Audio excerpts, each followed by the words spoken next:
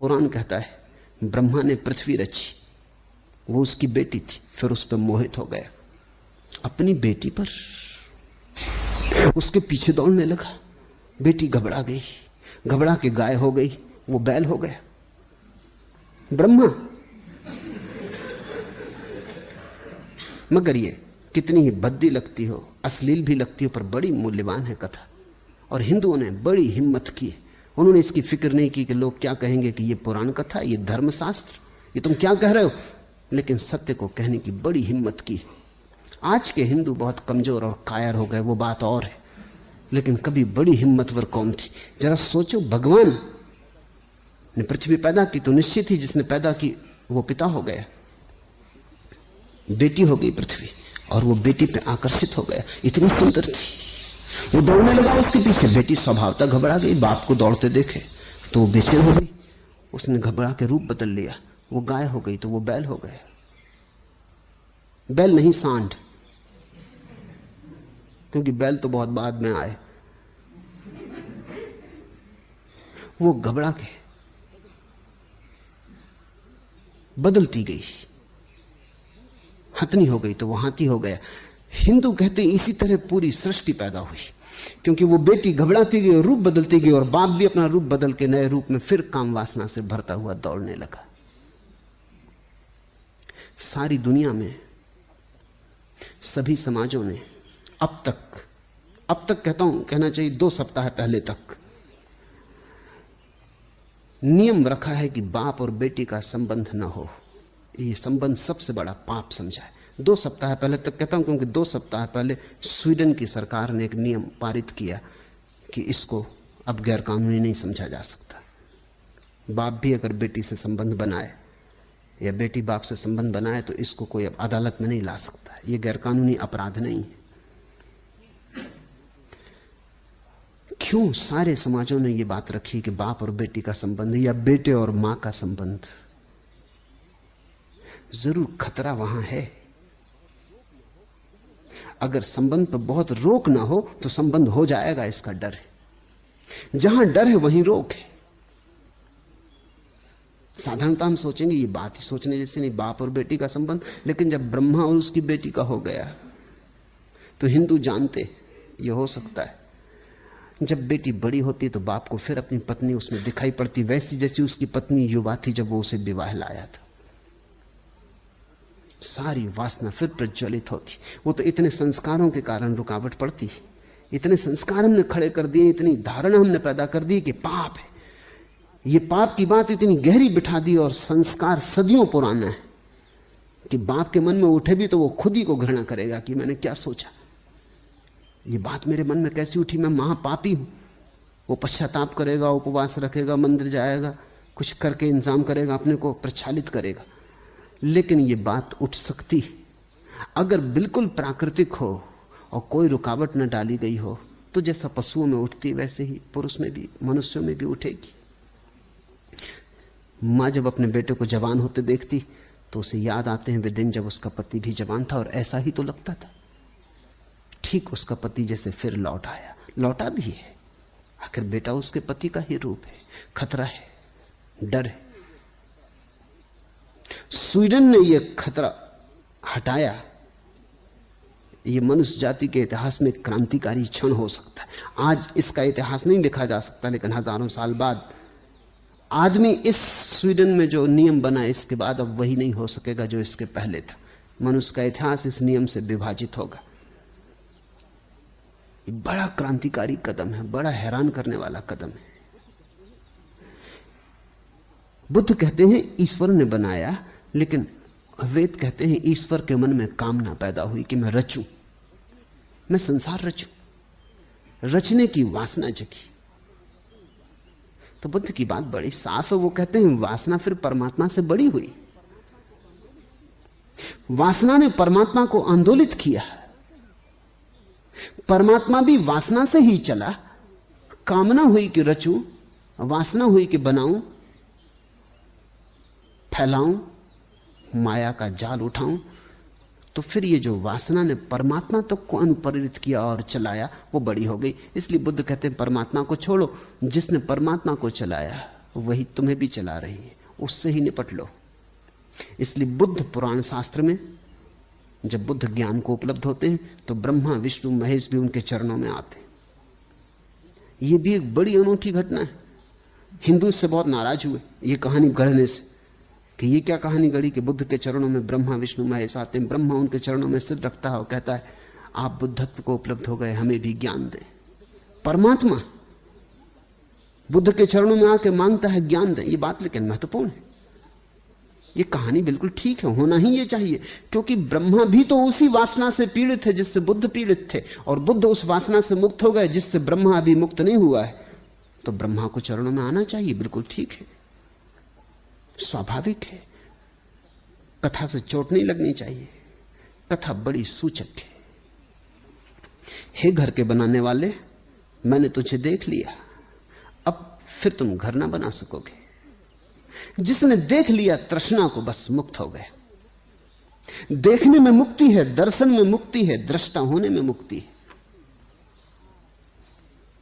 इसलिए सारा सवाल यह है कि हम कैसे अपने भीतर के उस मूल सूत्र को देख लें जिससे बार बार जीवन की पुनर्रचना होती, फिर जन्म, फिर मौत और पुनः पुनः जन्म पाना बड़ा दुख रूप है। बुद्ध कहते हैं तृष्णा तुम्हें दुख में ले जाती, यहां सुख भी बहुत है, क्योंकि तृष्णा तुम्हें बाहर ले जाती और बाहर दुख है, भीतर सुख है। यहां छांव बहुत है पर छांव भीतर है, धूप बाहर है। यहां शांति बहुत है पर शांति भीतर है, अशांति बाहर है। यहां बड़ा आनंद है, यहां समाधि के फूल भी खिलते हैं, पर उन्हीं के जीवन में जो भीतर प्रवेश करते हैं। और तृष्णा बाहर ले जाती, तृष्णा तुम्हें तुमसे दूर ले जाती, वही दुख है। जो अपने से जितना ज्यादा दूर उतना ज्यादा दुखी, जो अपने से जितना पास उतना ज्यादा सुखी। जो अपने में बिल्कुल डूब गया वो परमानंद को उपलब्ध हो गया। जो बाल्यावस्था में ब्रह्मचर्य का पालन नहीं करते, अब बुद्ध का सूत्र है कि तृष्णा क्यों दिखाई नहीं पड़ती, अंधे हम क्यों हैं? जो है इतनी प्रगाढ़ता से, जो जीवन का आधार है, वो दिखाई क्यों नहीं पड़ती? जो बाल्यावस्था में ब्रह्मचर्य का पालन नहीं करते, जो युवावस्था में धन नहीं कमाते, वे वृद्धावस्था में मछलियों से खाली तालाब के किनारे बैठे बूढ़े क्रोंच पक्षी के समान चिंता को प्राप्त होते। ये शब्द चौंकाने वाला है, बुद्ध से सुनने की कल्पना भी नहीं होती कि बुद्ध कहेंगे कि जो युवावस्था में धन नहीं कमाते और जो बाल्यावस्था में ब्रह्मचर्य को उपलब्ध नहीं होते। बुद्ध ये कह रहे हैं जो जीवन की सरणी में चूक जाते, बाल्यावस्था ब्रह्मचर्य के लिए, क्योंकि जितनी देर ब्रह्मचर्य टिक जाए, जितनी देर बाल्यावस्था टिक जाए, उतनी ही प्रज्ञा प्रखर हो जाती। जितनी देर शक्ति बाहर न जाए, उतने ही भीतर का अनुभव हो जाता है। एक बार भीतर का अनुभव हो जाए, फिर जाओ बाहर, फिर तुम्हें बाहर अटकाएगा ना, उलझाएगा ना। तुम बाहर भी रहोगे लेकिन भीतर का तुम्हें स्मरण भूलेगा ना, वो सुख तुमने जाना।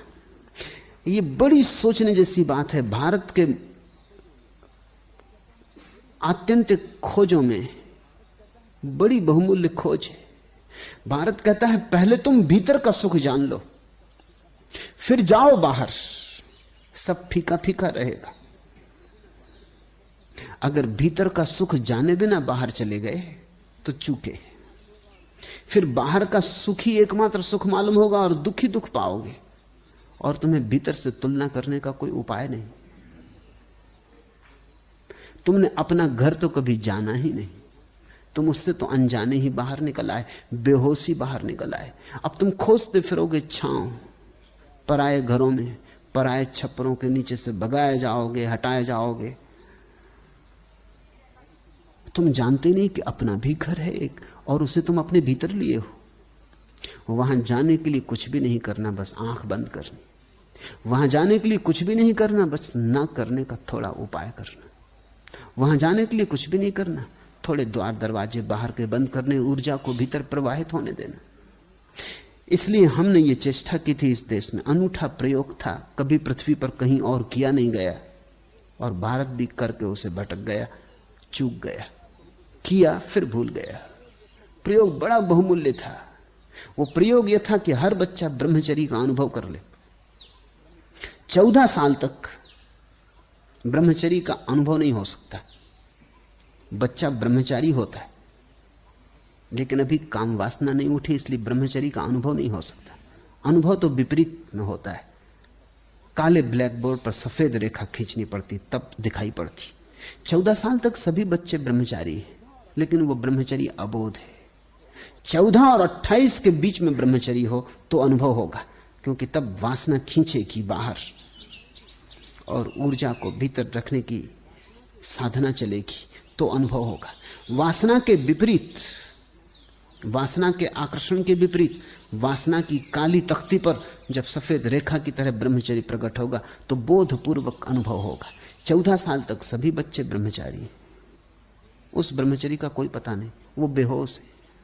विपरीत अभी पैदा नहीं हुआ, अभी आकर्षण जगा नहीं, अभी बाहर जाने का निमंत्रण नहीं आया, इसलिए भीतर रहने का अनुभव भी नहीं हो सकता। विपरीत में अनुभव होते हैं। 14 और 28 साल के बीच में ब्रह्मचर्य का अनुभव है। अगर उस बीच ब्रह्मचर्य का अनुभव हो जाए तो जीवन की बुनियाद रख गई, ठीक जगह बुनियाद रख गई। यह अनुभव इतना महत्वपूर्ण है, इतना गहरा है, इतनी सुरभि है इसकी, इतनी संपदा है इसमें कि फिर संसार तुम्हें कुछ भी दे, तुम जानोगे ये ना कुछ। तुम्हारे पास तुलना होगी। तुमने सोना जान लिया, अब तुम्हें पीतल से कोई भरमा ना सकेगा। तुमने हीरे जान लिए, अब रंगीन कंकड़ पत्थर तुम्हें भुला ना सकेंगे। ब्रह्मचर्य को हमने पहला कदम माना। फिर दूसरा कदम बुद्ध कहते हैं युवावस्था में जिसने धन नहीं कमाया, बचपन में जिसने ब्रह्मचर्य न साधा, युवावस्था में जिसने धन न कमाया। युवावस्था है महत्वाकांक्षा का क्षण, बाहर को देख लेने का क्षण, बाहर से परिचित होने का क्षण। ध्यान रखना, अगर कोई व्यक्ति ब्रह्मचर्य में डूबा डूबा भीतर ही रह जाए तो सुख तो बहुत पाएगा, लेकिन यह कभी ना समझ पाएगा कि बाहर दुख है। और जब तक तुम ये ना जान लो कि बाहर दुख है, तब तक बाहर जाने की संभावना बनी। किसी भी दिन तुम बाहर जा सकते हो, बाहर से रोकने वाला अभी तुम्हारे पास कोई अनुभव नहीं है। बाहर जाना जरूरी है ताकि बाहर से तुम मुक्त हो जाओ, फिर तुम्हें कोई बाहर न ले जा सकेगा। भटकना जरूरी है ठीक राह पर आने के लिए। अपने घर में प्रवेश के लिए दूसरे घरों पर दस्तक देनी जरूरी है। ये ऊपर से उल्टा दिखाई पड़ता है, लेकिन जीवन को समझो, ऐसा ही जीवन का शास्त्र है। एस धम्मो सनातनो, बाहर जाओ, घर की याद रहे, बाहर खूब घूमो, घर का रास्ता ना भूले। तो घर को ठीक से परिचित हो जाओ, फिर जाओ, फिर बड़ी मौज से जाओ। वो भी करना जरूरी है, वो जीवन का अनिवार्य शिक्षण है। भीतर है आनंद, ये जानना जरूरी है, बाहर है दुख, ये भी जानना जरूरी है, ताकि भीतर होना शाश्वत हो जाए। फिर बाहर की कोई कल्पना ही ना उठे, स्वप्न ना जगे। जो बाल्यावस्था में ब्रह्मचर्य का पालन नहीं करते और युवावस्था में धन नहीं कमाते, धन यानी महत्वाकांक्षा, पद, वो जो व्यर्थ है उसको भी इकट्ठा करना जरूरी है। जिंदगी ऐसी है, यहां विपरीत से अनुभव होते हैं, यहां दुख भी दिशा देता है, यहां नरक भी स्वर्ग की तरफ तीर बताता है। जो बाल्यावस्था में ब्रह्मचर्य का पालन नहीं करते, युवावस्था में धन नहीं कमाते, वृद्धावस्था में मछलियों से खाली तालाब के किनारे बैठे बूढ़े क्रोंच पक्षी के समान चिंता को प्राप्त होते, उनका वार्धक्य धूप में पकाए गए बाल सिद्ध होते। जिन्होंने बचपन में ब्रह्मचर्य न जाना और जवानी में जिन्होंने राग रंग न जाना, जिन्होंने जवानी का ज्वर न जाना, बचपन की शांति न जानी, उनका बुढ़ापा कोरा खाली होता है, उसके पास कोई संपदा नहीं। वो ऐसे तालाब के किनारे बैठे हैं, बुद्ध कहते हैं, जिसमें मछलियां नहीं, बंसी लटका है। जो बाल्यावस्था में ब्रह्मचर्य का पालन नहीं करते, युवावस्था में धन नहीं कमाते, वे वृद्धावस्था में धनुष से छोड़े गए बाण की भांति अपनी पुरानी बातों को ही कह कह के चिंतित पड़े रहते। उनके पास फिर कुछ करने को नहीं रहता, सोचने को भी नहीं रहता। वो पुराने अतीत को ही जुगाली करते। बूढ़े अक्सर तुम्हें जुगाली करते मिलेंगे, लेकिन जो आदमी पीछे लौट लौट कर देखता है वो इतना ही बता रहा है कि उसके हाथ खाली। क्योंकि जिस व्यक्ति ने ठीक से जीवन को जिया है, बुढ़ापे में वो वर्तमान में जीने लगता है। सारे जीवन का शिक्षण, बचपन का ब्रह्मचर्य, फिर बाद की ग्रस्तावस्था, बाहर भीतर दोनों उसने जान लिए।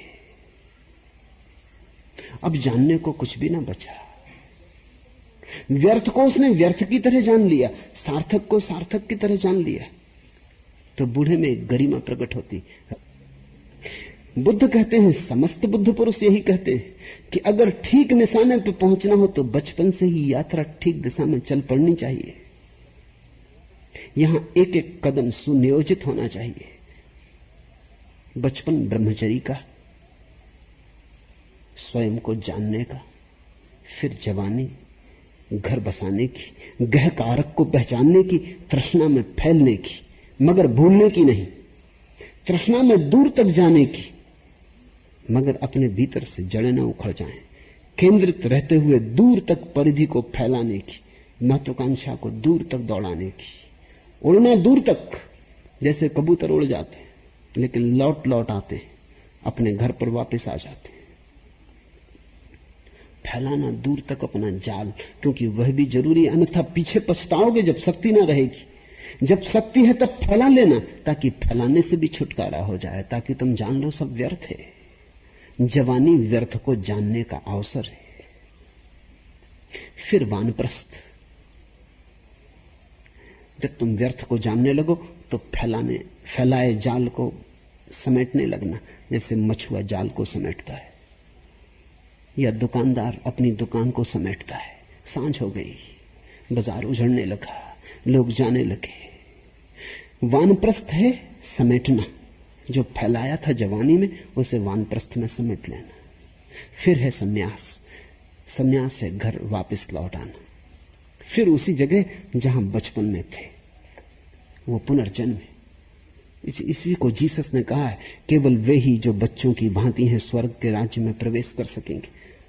लेकिन ईसाइयों के पास इसका पूरा सूत्र नहीं है। जीसस ने इस देश से ही सीखा होगा, बुद्ध का वचन ही कहीं उनके कान में पड़ा होगा।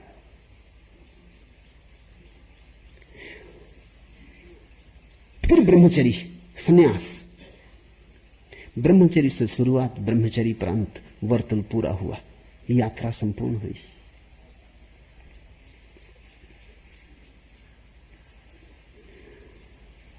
लेकिन एक एक कदम का अपना अपना अर्थ है। एक भी कदम व्यर्थ नहीं है।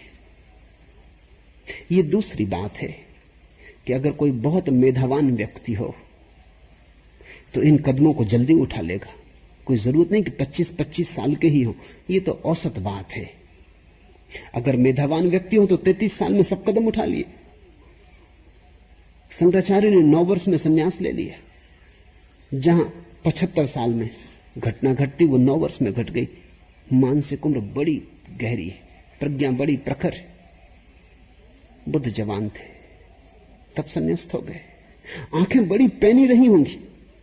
जो हमें देखने में कई सदियां लग जाती हैं, सैकड़ों जन्म लग जाते हैं या कई वर्ष लग जाते हैं, वो बुद्ध को जल्दी ही दिखाई पड़ गया।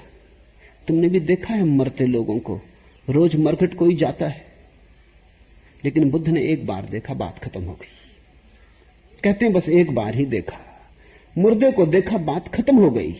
बुद्ध ने पूछा क्या मैं भी मर जाऊंगा? पाया उत्तर की कोई भी बच नहीं सकता, मरना सभी को पड़ेगा। बुद्ध ने कहा रथ घर वापस लौटा लो, बात खत्म हो गई। जहां मरना है वहां जीने की आकांक्षा व्यर्थ है। तो मैं उसको खोजूं जो मरने के बाद मिलेगा, उसको अभी खोज लूं, क्योंकि समय क्यों गंवाना। जब मौत आनी है आ गई। बड़ी गहरी आंख रही होगी, बड़ी प्रज्ञा रही होगी। तो बुद्ध ये नहीं कह रहे हैं तुमसे कि जब 75 साल के हो जाओ तभी संन्यास लेना। बुद्ध ये कह रहे हैं 75 साल के हो जाओ तब तो ले ही लेना।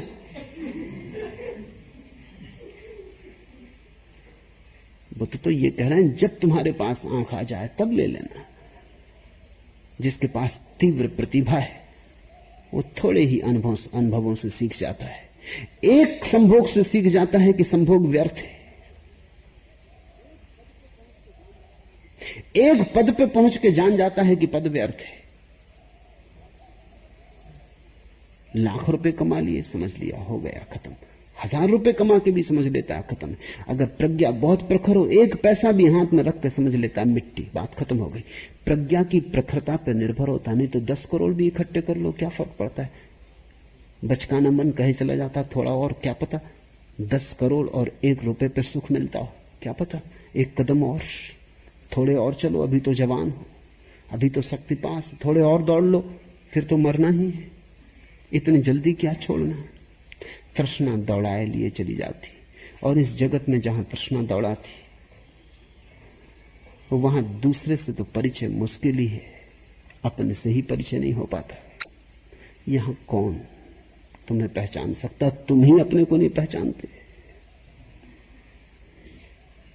जिसने वस्तुएं इकट्ठी करके सोचा कि कुछ जान लेगा, उसने जानने के क्षण व्यर्थ ही गंवाए। जिसने दूसरों से दोस्ती बांध के सोचा कि दोस्ती बनी, उसने संग साथ के भ्रम में असली का साथ न किया जिसका साथ हो सकता था। तुम ही हो अपने साथी, तुम्हारे भीतर का साक्षी भाव ही है तुम्हारा एकमात्र संगी, उसे ही जगाओ। जीवन के 2 ढंग हैं, तृष्णा का और साक्षी का।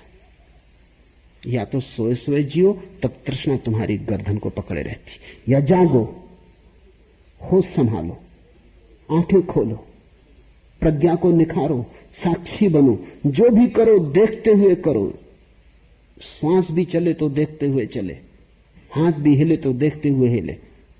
साक्षी को जिसने पकड़ा उसकी तृष्णा गई। जो साक्षी को पा लेता है वही बुद्धत्व को उपलब्ध हो जाता है। तृष्णा में बहुत दिन जिए, बहुत जन्म जिए, थोड़ा साक्षी की तरफ चेष्टा करो, प्रयास